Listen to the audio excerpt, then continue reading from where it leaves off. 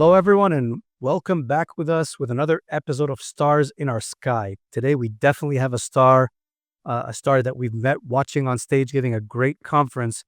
Uh, I'll have no choice but to read her introduction today because it's quite long. But here I am, your host, Malak Sadra, Gabby Sadra, and we got Lisa Williams. Lisa Williams is the Senior Director of Global Operation Talent Strategy and Employee Experience at Dow, where she plays a pivotal role in shaping the workforce strategy for the company's manufacturing engineering operations. With a career at Dow spanning over 2 decades, Lisa has had various leadership positions across engineering, supply chain, IT, and procurement. Notably, in 2021, she led the development of Dow's first generation contract labor strategy, government systems, and operating model, overseeing workforce over 30,000 contract laborers and managing several $billion in spend. Wow. Okay. I lost my breath just saying that. Okay, there's more, believe it or not. Lisa's educational background includes a Bachelor's of Science in Mechanical Engineering, so a fellow mechanical engineer. Very proud to have you among us, from Prairie's View A&M University, and a Master's in Manufacturing Management from the Pennsylvania State University. She holds certifications as Six Sigma Black Belt, APICS, CPIM, and CSCP, and is a PROCI ADKAR change PROCI, ADKAR change management certified. Yeah, ADKAR. So you could tell Gabby's the operational excellence guru, and I just happen to sit here in front of the mic. Beyond her professional achievements, Lisa is deeply committed to diversity and inclusion. She serves as the global co-chair emeritus of Dow's Global African Affinity Network, GAN, GAAN, where she was instrumental in globalizing the network, launching the Advocacy in Action sponsorship program, contributing to Dow Act, like ACT's commitment to racial equity, and securing over $10 million in investment to HBCUs and underspent talent recruitment. Lisa's also recognized as a TEDx speaker. That's how we got to know her. We watched her do a TEDx at a conference. A published author, and has been honored as a 2024 SIA CWS Game Changers and 2024 WOW or WOW finalist. Her multifaceted expertise and leadership makes her a valuable voice in discussions on workforce, strategy, diversity, and digital transformation in the manufacturing sector. Let's all take a breath. Lisa, welcome with us. What an introduction. Welcome, Lisa. This took the whole podcast. That's how much of an achievement you are. That's incredible. And you just told me how much years of experience you have at this current company, and that's also fascinating. That especially nowadays, we see a lot of people moving from company to company, right? So it's really commendable to see this. This podcast is sponsored by eSky, a revolutionary AI-powered state-of-the-art learning management system for small to mid-size enterprises. Yeah, I appreciate that. I really appreciate the introduction. I am humbled by you taking that time. And I've been very fortunate to spend almost all of my career at one company, but Dow is a unique company because we've always encouraged our employees to create their own careers based on your skills development, right? Your expertise and competency development in roles, value creation. It earns you the right to build your career. And I learned that at a very early stage and morphed it into that wonderful experience you just described. So thank you. And you must have mentored a lot of people too along the way with that experience. I mean, coaching other people to kind of take the leadership role as well. Yes, I have. I have mentored and trained and educated employees and peers, leaders.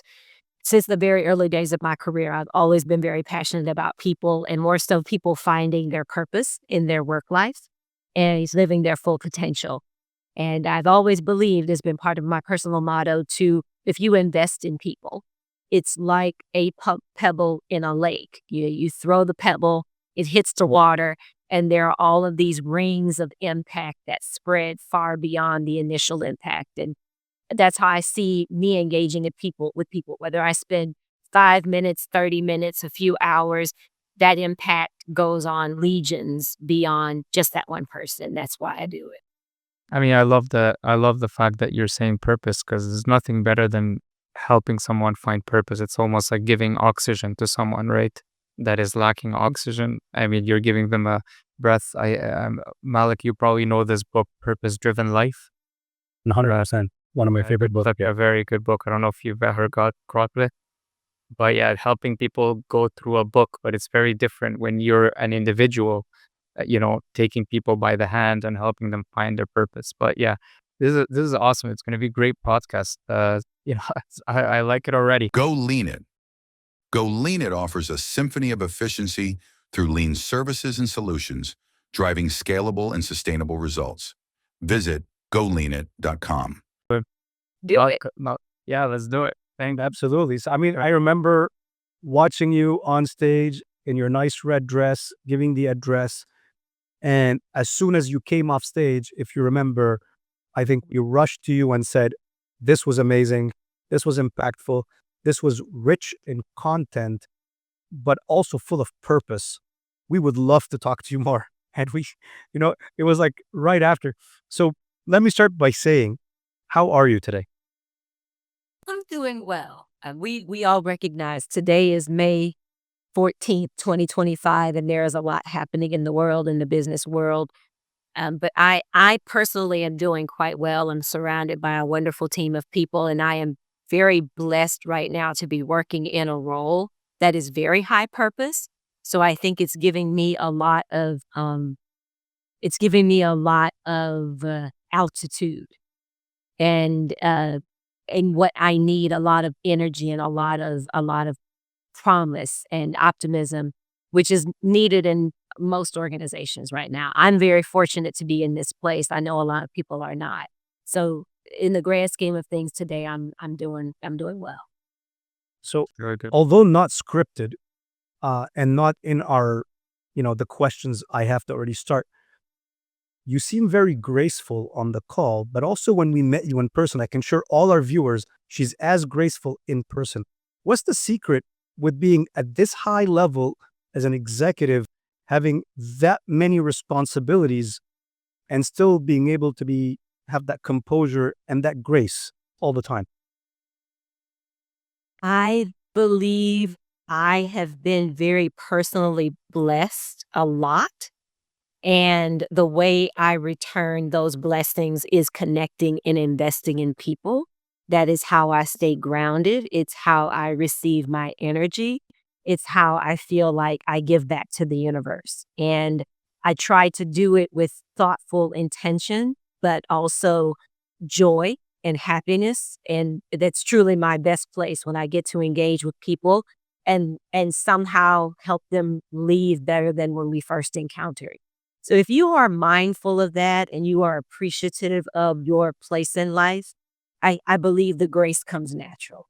Cancel.org, redefining global consulting, delivering world-class solutions through proven methodology, measurable and sustainable results. But there's a lot of strength as well. I mean, because when you're kind of going against the status quo, right, and you're constantly pushing and going against, the heavy current, right, of today, it requires a lot of strength. So maybe talk to us about that strength that is needed. Like how, you are graceful and you are calm, but how do you overcome that sort of, heavy current of wanting to stay in status quo, and you obviously made a career about fighting that. I have. I tell people I have created a career in the gray spaces where people typically don't like to go, or they go there but they don't know what to do with it. It's usually a problem that's never been solved before, or it needs some sort of new solution. So very early in my career, I developed an appetite for moving into the gray spaces and trying to solve for something that's not there. And nowadays, I'm still doing that. The role I'm in literally didn't exist before me being asked to take on the role last summer. And I'm always grateful because, again, it's something that we desperately need. No one has been able to develop a solution for, and I have a track record of success. How do I do that? I'm still an engineer to my core. I still believe in problem solving through structure. I still believe in the honesty of data, of good data, clean data, and the insights you can get from that data to get good information to make good decisions. But somewhere in there, you've got to get really good at seeing a value proposition that you know is going to work and learning how to craft a hell of a story to tell the story of the value you're trying to deliver. And you have to craft and tweak the story depending on your stakeholder group. Now I'm leaning in the pro side, AdCop, right? But that is a skill that so many of us need to cultivate, right? Identifying value proposition, crafting it in a way that you know it's going to work, and storytelling so that the stakeholders who need to embrace it trust you and trust the solution and will support it and go with it. And you've got to have the fortitude to do all of that to get enterprise-wide solutioning these days, no matter what you're talking about. If you're talking about machinery, work process, culture, talent, you name it. It all takes the same ingredients. You lead strategy for a workforce that is massive at scale. So how do you stay connected with what really matters? How do you stay connected with the people? Because I mean, that was huge. Mm-hmm. That was huge. My first answer to that is I am still an engineer at my core. And I was honored to have started my career in manufacturing and engineering operations, leave for over 15 years, and trusted to come back and lead talent strategy and employee experience for the function. So that says a lot, I think, into the credibility I built in the organization. And no matter what job I went to after I left M&E operations, I made sure in that job I stayed connected to M&E operations and I stayed connected to my friends and my colleagues and my network in this function. So I left and went to supply chain and did a little IT and went to procurement and came home, as I like to call it, back to M&E operations. So I am trying to visit the shop floor inside the fence line, as I lovingly refer to our employees who are inside the fence line every day, truly running our operations. I want to make sure I understand their needs and their experiences and what they're going through, how they understand the talent potential in Dow and where they fit and where it needs to change and evolve from their perspective.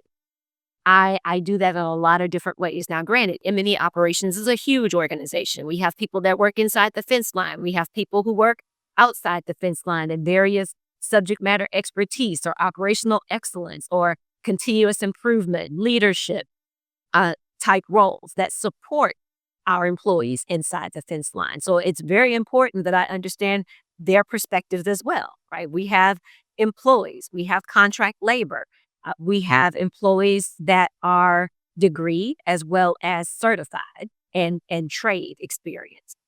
It's very important when developing a total talent portfolio. If you want and need that workforce to feel like it is connected to itself, you build a strategy for all, talent strategy for all. And you have to get their input and you have to physically go where they are to make sure you're getting the right interpretation. And I've only been in the role less than a year now, but I am very intentional. If I physically cannot get to a place, I am finding other ways to make connections with people at those sites and trying to use some of this maybe grace, as you call it, authenticity to connect with them on very personal levels and make sure we are developing a talent strategy they see themselves with. So the fact that you've been through various departments, and I know a lot of people want to stay in their comfort zone in their career, but you used it to your advantage. How has that shaped your leadership style? The fact that you went through all of these different functions in your career? I was very fortunate early in my career to receive excellent mentoring and some sponsorship that advised me based on my personality, character traits, ambitions. I needed to have as many diverse experiences as possible to one day impact the organization in a transformational way. And even when I look at my employee development plan, but we have those endowed, right? I've had every single one of mine for the last 27 years. When I look back at the ones of the first 4 or 5 years, all the way to now, they always have that connection thread of helping people to transform. So I was incredibly fortunate, blessed to manifest, in my opinion, a role in the function I felt most closely connected to come back into it and do this kind of work. But in order to do this work the right way, I needed experiences from those other spaces. So in short, I knew very early in my career, I needed multifunctional, different location experiences to have the holistic view of this enterprise that I would need to serve properly when this opportunity came. This podcast is sponsored by S.O.S, a revolutionary AI-powered state-of-the-art learning management system for small to mid-size enterprises. So you were purposefully seeking to go around all aspects of a company, bouncing from IT to manufacturing. That was like on purpose. It was Correct. absolutely on purpose. Love it. So young guys trying to plan, or girls trying to plan your career, here's one strategy, one way of doing it. If you don't want to be a specialist and you want to grow, uh, try, test it and true. Get to see different areas of a company. It gives you a holistic view. Agree. And I would say as well, this is what allowed me to stay at Dow for 27 years. I know that's a little less than popular in this current workforce, and there's nothing wrong with that. Yeah. But I was able to get a lot of different experiences in the same company. That today people feel like they need to move around a bit, and that's perfectly fine. Whatever works for you is great, as long as you are getting the experiences you know you need for whatever it is you are trying to accomplish in your career. It's a new birth, and every time it's a new beginning. So it gives a challenge for the career to keep going, right? Yeah. I mean, we started the podcast talking about tumultuous times. We definitely live in somewhat of tumultuous times. I'm sure we're going to get back to some certain normal very soon. But economically, politically, there's a whole bunch of different aspects that CEOs have to deal with. Assuming that we're in a normal environment, if you were made CEO of any company tomorrow, what would be the boldest move you'd make and why? Go Lean It. Go Lean It offers a symphony of efficiency through lean services and solutions, driving scalable and sustainable results. Visit goleanit.com. My first reaction to that is recognizing the new normal is different. And anyone sitting in a seat of leadership or senior executive leadership needs to understand and have an appetite for the new normal. And the new normal is filled with a lot of variability and unpredictability. And as a leader, you have to remain eyes wide open and steadfast in those environments and still be able to lead and inspire your organization. But the new normal is very different than the normal of the past. So knowing what I know about talent and where our workforces are predicted to go, the best thing a new executive leader, if I were CEO tomorrow, the best thing I could do is one, accept that the global workforce marketplace, regional, local, you name it, is very different. And I need to make sure I am well informed on the dynamics of the current labor market. And number two, I need to prioritize trying to control what I can control within my own organization with regards to acquiring, retaining, developing, and cultivating my talent. And today that means making sure we meet talent the way they experience life outside of work. So we live our lives on devices. When we need to know something or learn something, we can go to a device and likely find an answer to it in 3 minutes or less. And it may sound a little bit ambitious, but we need to create that kind of experience in companies. And it is expensive to do that because now we're talking about developing knowledge capture mediums and making that information widely accessible and available. Of course, there are privacy concerns with doing some of that, but you've got to allow the human beings to get the information they need to quickly and effectively fulfill their roles. And when it's time for them to change, make that transition easier to do. And you have to do it in a way that is not disruptive to your organization, maintains your intellectual property and integrity and your assets, but you have to respond to the way talent is living in our world today.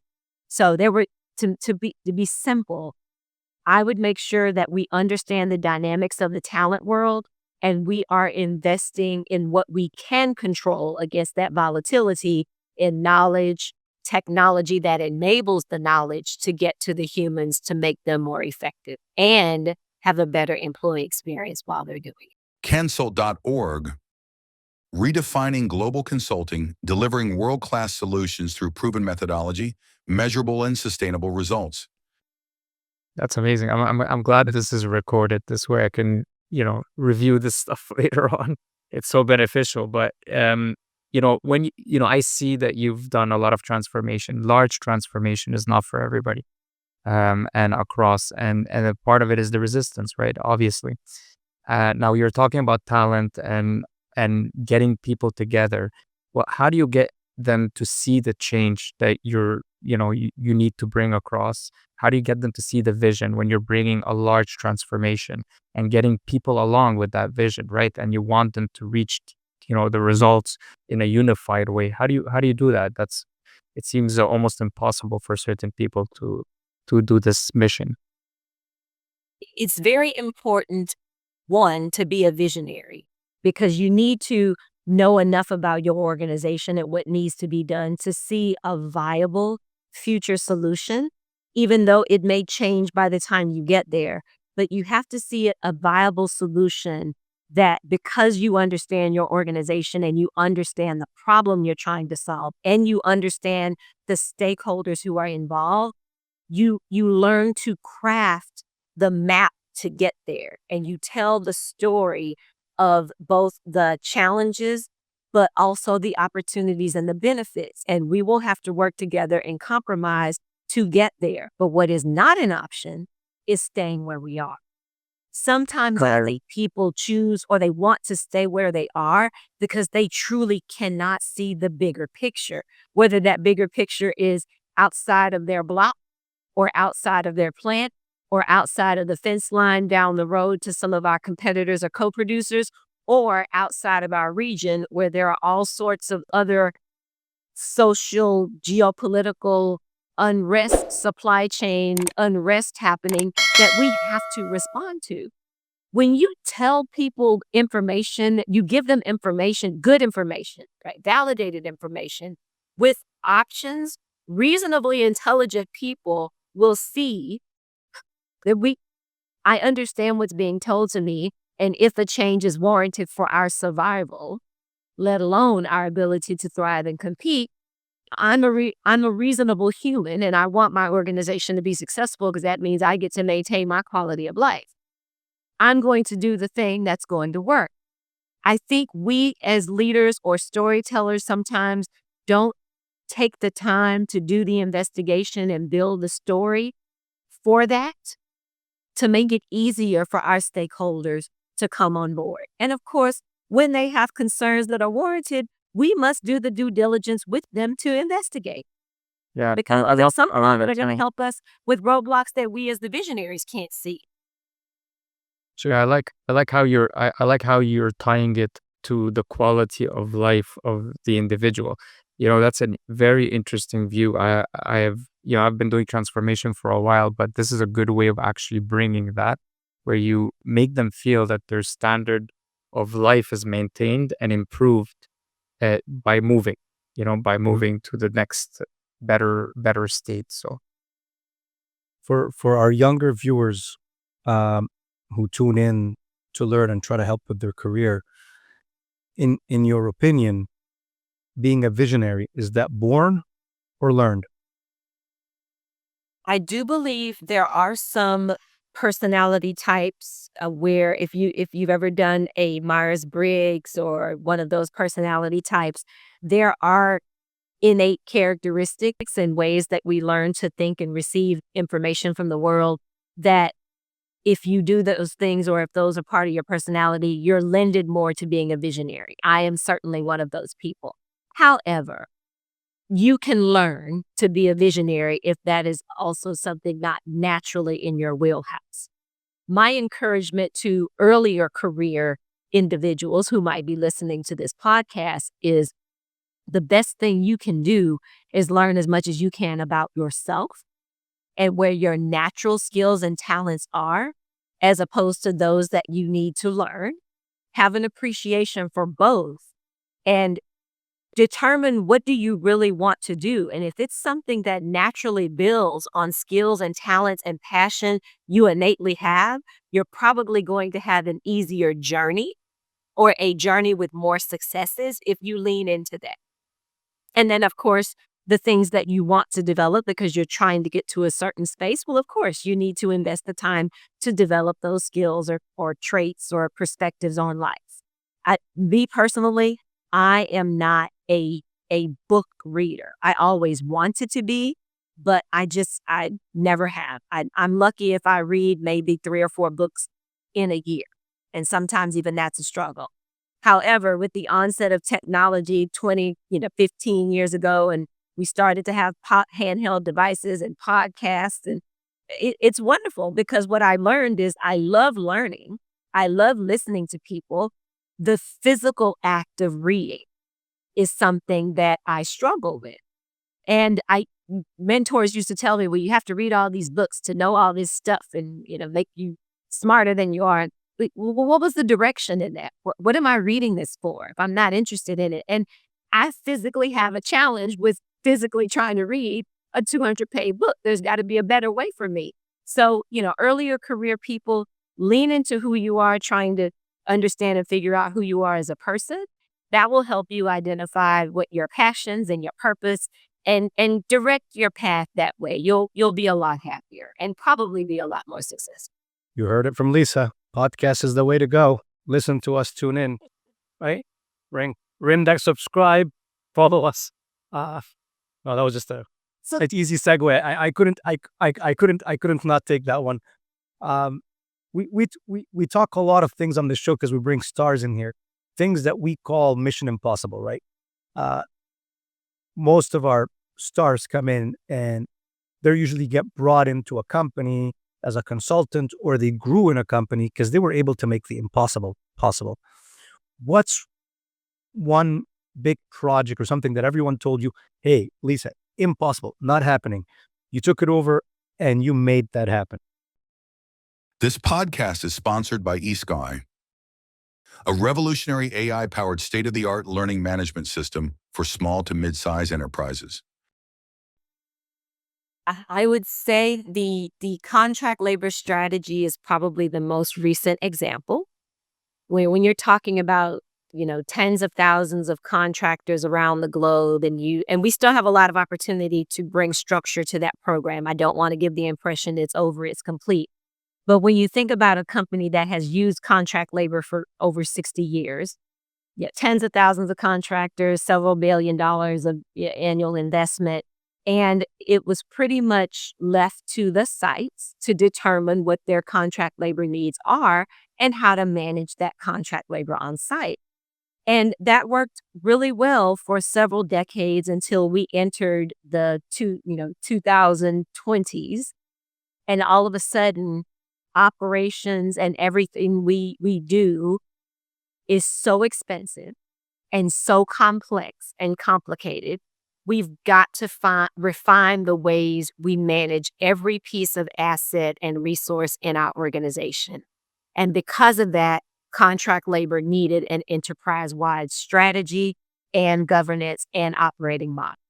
So when you tell people who for the past 20, 30 years been managing their own contractors that we need to do something different, and now we're going to put a strategy in place at the enterprise level and governance and more checks and balances, not to create bureaucracy, truly to provide clarity in how we are using this labor and making sure that we are using it most effectively and in a way that does not add workforce risk to that.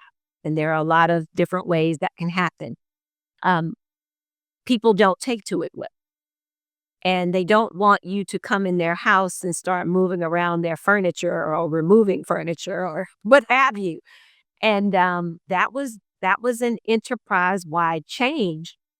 Without getting into too much detail, it's something that we've been trying to do for 10 years and had been unsuccessful at the enterprise level. We did it in pockets, but it was never expanded. And as far as I know, we are the only company in our industry to have a enterprise-wide comprehensive contract labor strategy. Go Lean It. Go Lean It offers a symphony of efficiency through lean services and solutions, driving scalable and sustainable results. Visit goleanit.com.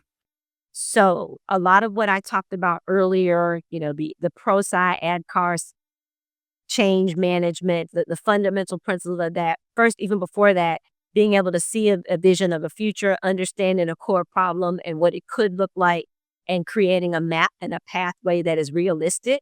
Those were critical elements to doing something like this. And we basically accomplished what has been benchmarked in most organizations through external benchmarking, like staffing industry analysts and other organizations that do this stuff for a living. Takes companies 10, 15 years to do this. We did it in 2. But when you're saying all of this and all of these strategies, and it is really impressive.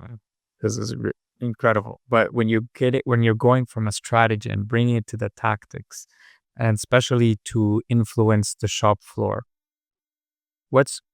how do you go about that? And I've always been curious to that point. So being successful in this space, attempting to be a visionary and strategic leader, I believe in a manufacturing organization. The additional characteristic you need to have is being able to also work in the operational and tactical spaces. So as you can see the vision, you can see the map, you have to be astute literally to the steps that need to be executed and how those steps are going to impact the stakeholders. So even being a visionary and strategic leader, you must have an appreciation and patience and diligence to engage at the operational and tactical levels. You have to have an appreciation for detail and having a good team around you that also is able to think and plan and work and maneuver at all those stages, right? Strategy to tactics. Because there are times where you are trying to implement toward a solution and either the details are too little or too much. And you have to keep your eyes on the strategy and the ultimate goal to be able to assess along the way the work that's required at the detail level, where you still accomplish the objectives toward the goal, but you don't wear people out at the same time. You have to be, now this is where the Six Sigma comes in, right? You have to have an eye for value added work and not doing work that wastes people's time. And that's something I had to learn and cultivate. And even now, in my 27 years of experience, there are times where I could ask people to do something and they don't see the reason why because I haven't stopped enough to explain it because my mind is already 2 years down the road, right? So that's something I continue to work on as a visionary and a strategist. I have to slow down, ask more questions, and make sure people can see the connection from task, operation, process, objective fulfillment, goal fulfillment, strategy, vision. If I can't do that, I'm not going to be successful in leading my team and engaging our stakeholders to being successful. Cancel.org, redefining global consulting, delivering world-class solutions through proven methodology, measurable and sustainable results. Well said. Yeah. Quick shift to technology. So you lead massive, workforce, and in a company that's as big as Dow, at a senior leadership position. Therefore, you must have your fingers on the pulse on what's happening in the industry in general. Mhm. Where do you see AI come in? To some, it's exciting; it makes their job easy. To others, it causes anxiety. Mhm. Uh, the the the typical person working in manufacturing doesn't know what's happening to his job in the future, but also now even software engineers and accountants. Where do you see the interaction between AI? How is that symbiosis or the relationship between worker, AI, and the company? Do you see it going forward? I just want to clarify. I am developing the strategy for operations, M&E operations for talent strategy. And so I don't want people to think I am completely directing, a workforce of over 20,000 people, but I have to engage, right? Again, across that workforce to make sure the strategy we are building and implementing is value added. And I get asked this question often, what is AI going to do to my job? I am really trying to encourage people to understand a few points. Number one, by the year 2030, we will have approximately 2 million unfilled manufacturing jobs that need to be filled across our industry in the United States. Let's start there. So we're already operating at a deficit. Pick your favorite manufacturing company. There is already more work than available humans. So embracing AI for short, repeatable tasks is what we need, because we need to release the human's capacity to do more critical and in the moment thinking. 2 million jobs, correct? I heard that right? Un- 2 millions? and Unfilled. Broken without up. a pipeline to meet that need by 2030, which is only 5 years away, without a pipeline, if you look 5, 10, 15 years into the future, there is not enough of a STEM pipeline coming to fulfill all the manufacturing roles we need. If that doesn't provide a little bit of comfort and security, I don't know what does. Because if you are good at what you do, you will find work somewhere. Let's just be clear. I want people to understand that. But I also want people to understand it is important for you to continue to grow and develop your skills. Okay. And the skills transformation is a journey recognized across industry of leaning into skills and leading into new ways of learning skills using AI to help build those skills and educate and train and teach on those skills that we need humans to execute in job roles.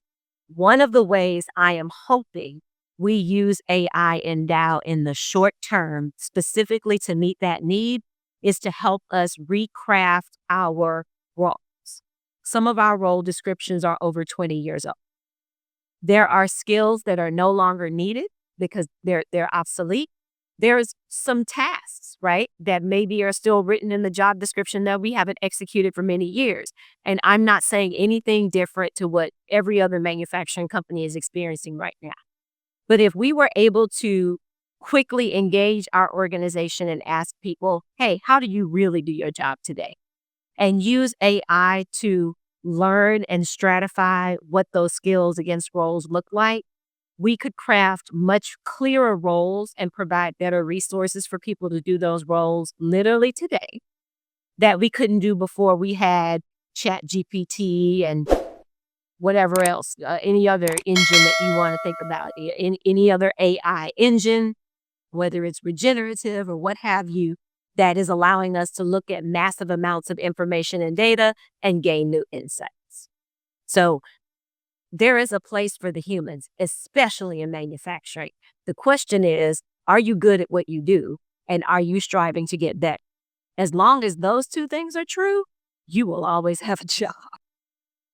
Well, well, first off, that's very comforting for a lot of people. I'm sure they're going to be listening to know, okay, there's a lot of work to be done there. Now, what if I swing the pendulum to the other side and say to you, well, now that there is too much work available, do you believe in work-life balance is this something that you believe in? That's me, what I believe. Yeah. I believe work-life balance exists at times, but not all the time. And it is absolutely dependent on the individual and their priorities in this phase of your life, in how much of a work-life balance you are able to achieve. In my opinion, if you don't feel like you have work-life balance and you want to achieve it, it is a personal choice. And that may mean making a difficult choice about your career progression, your current role, but you have to think about what's important to you. And I personally used some of our employee assistance program resources, some career coaching several years ago, to help me understand at a certain phase of life what were my priorities and how did that translate into my work. There are times in my life where the balance has been 70% work and 30% family. There have been times where it's been 50-50. There have been times, and I'm fortunate to work for a wonderful organization that supports this, where my family had to be 70% and work was 30%. I think it's important for you to know there is always a balance, but balance doesn't mean 50-50. And it's important for you to go in eyes wide open, solicit and find resources that can help you navigate in the moment as well as prepare for the future. And when you need help, ask for it. Because otherwise you're going to go down a road of burnout or some other sort of catastrophe that could have been avoided. We are in this for the long game, right? So we want to make sure we're making good decisions that help preserve the long game. And I like the answer. I like how you connect it to the phase of your life. And I think in every phase, and when I look back, I see certain phases exactly that it's swaying from one end to the other. So Yeah, I like to say I personally find work-life balance, especially if you're trying to be in leadership in a company, because I think there's a distinction between, hey, I'm a subject matter expert, I'm doing, and then, I'm doing what I have to do from 9 to 5, and I want to have a career progression in leadership, where there's a certain expectations in North America, I find, and then I say there's a balancing act. And that's when you get that pendulum to swing based on phases in your life, based on periods during the year. If you're an accountant, tax season is not a time your whole family's got to understand this is the time, where you bring home the bacon. You gotta work. So depending on your career, if you're someone that's got, in shift work, it's very different than if you're the CTO of a network distribution company, I would say. And Malak, I would add, if you are forward looking, you get the opportunity to see phases approaching you that may be a little quieter, or where you can proactively plan to have a better work-life balance that is more fulfilling to you. What's bad is when those moments pass us and we didn't take advantage of that. So if you see them coming, right, and I like to call them quiet periods, and I've had a few in my career. If you see a quiet period coming, do everything you can to take advantage of it, so that when you're out of the quiet period and back into the fire, you spent your quiet period, you invested well in yourself, in your balance, in your family, in whatever was a priority to you to give you the energy and the nourishment to go into that more difficult phase. Well, I agree with you wholeheartedly. And I also always say time doesn't stop for anyone. And everything in life has a price. make sure the price is not too dear, because there are certain moments. I mean, I look at my personal life, certain moments in my kids' life I don't want to miss because they're not coming back. That's right. They will never be 5 again. They'll never be 10 again. I won't be able to coach, you know, a junior basketball team again because later they might be too good for me to coach, right? So there are certain things where you have to be opportunistic. Don't let life pass by. It's good to focus on career, but you got to look at life holistically. That's how I've always tried to look at it. So this has been really fun. I mean, I want us to keep going, and I know you have a very busy schedule. So let's kind of close it with maybe something a bit more fun on the fun side. What would you tell 25-year-old Lisa before stepping into the corporate world? What would you advise now that you have all the seasoned experience? Oh, this is a good one. Oh, learn a second language and learning that seriously. It's true. Wish I would have done that. It's true. It's true. That's It helps. That's great. It def- I mean, me and Malik, we grew up in Quebec, which is, bilingual, English and French. So you had to be fluent, and that just increases your job opportunity by tremendously if you have both. So, and we're born in Egypt, so we still speak Arabic, and it had opened me doors, right? Like I've got, I've got workforce in Egypt right now, and I'm trying to learn Spanish because I've got people in Peru. Yo quiero aprender español. Yo hablo un poco, and that's all I know, right? And I've been trying to work past that sentence the last 5 years, Right. with the hope that eventually I'll get there. No, I do agree. Having more languages, that's a very good advice. Wow. Please. Uh, Yes. and what would she never believe about where you are today? So what, your 25-year-old person, if she would appear right now, what would be she in the most shock about what happened to you today? I don't think she would believe that she would have intentionally navigated her career as well as I have. And it truly is not a boast. It is a blessing. As smart as I think she was, there's no way I could tell her 25 years later, this is what it was going to look like, because it didn't exist, right? And she was still very practical and very methodical and no, this is the map that I see in front of me and this is where we have to go. But somewhere along the way, she developed some courage and some vision, and realized that it is possible to chart a path that isn't there. That's what I think that's what she'd have the most difficulty talking to me about. Awesome. For the last segment. All right, for the last segment, let me throw you a few quick rapid fire questions. You give me some quick answers. Okay. You ready for that? Yes, sure. All right, coffee or tea? Tea. Tea, nice. A book or a TED Talk? TED Talk. For sure. Favorite travel destination? Past or future? What? Favorite. You said favorite, so I haven't been there yet. Greece. Greece. Yeah, I can agree. I love it. Most used emoji on your phone? The hug. Secret talent no one knows about? Have you been to a karaoke lately? Oh, karaoke. Juggle.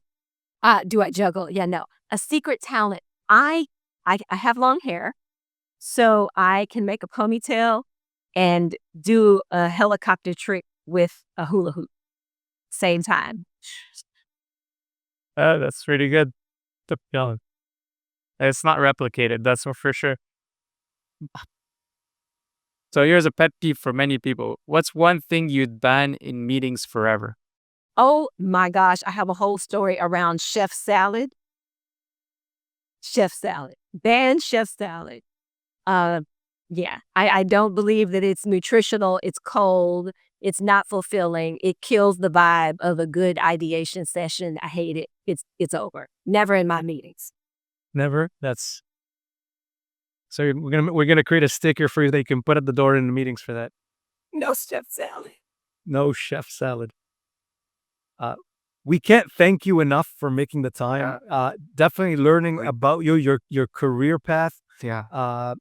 It, it, having this wonderful, authentic podcast together where we get to conversate and learn from you. It's been fantastic. We wish you nothing but the best. Yeah. Would you like to give some closing words to everyone before you go?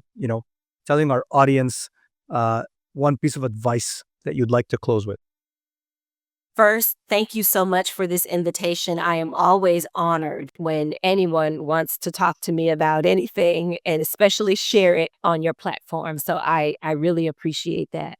And number two, I would just say the world is a really complicated place right now that none of us ever thought we would be living in. And do whatever it is that you need to do to find your peace. And please make sure you are reaching out to people who are connected to you and spending time with them and getting help when you need. Awesome. Great advice. Thanks again for making the time. Gabby, thanks for being here. Yeah. Everyone, thank you for joining us regularly. Please subscribe to the channel. It helps us get the traction and make the word reach out to everyone. Like this video and share it with all your friends. Thank you, everyone. See you on the next podcast with Stars in Our Sky. Thank you. Awesome. Thank you. All right. Lisa, I appreciate it.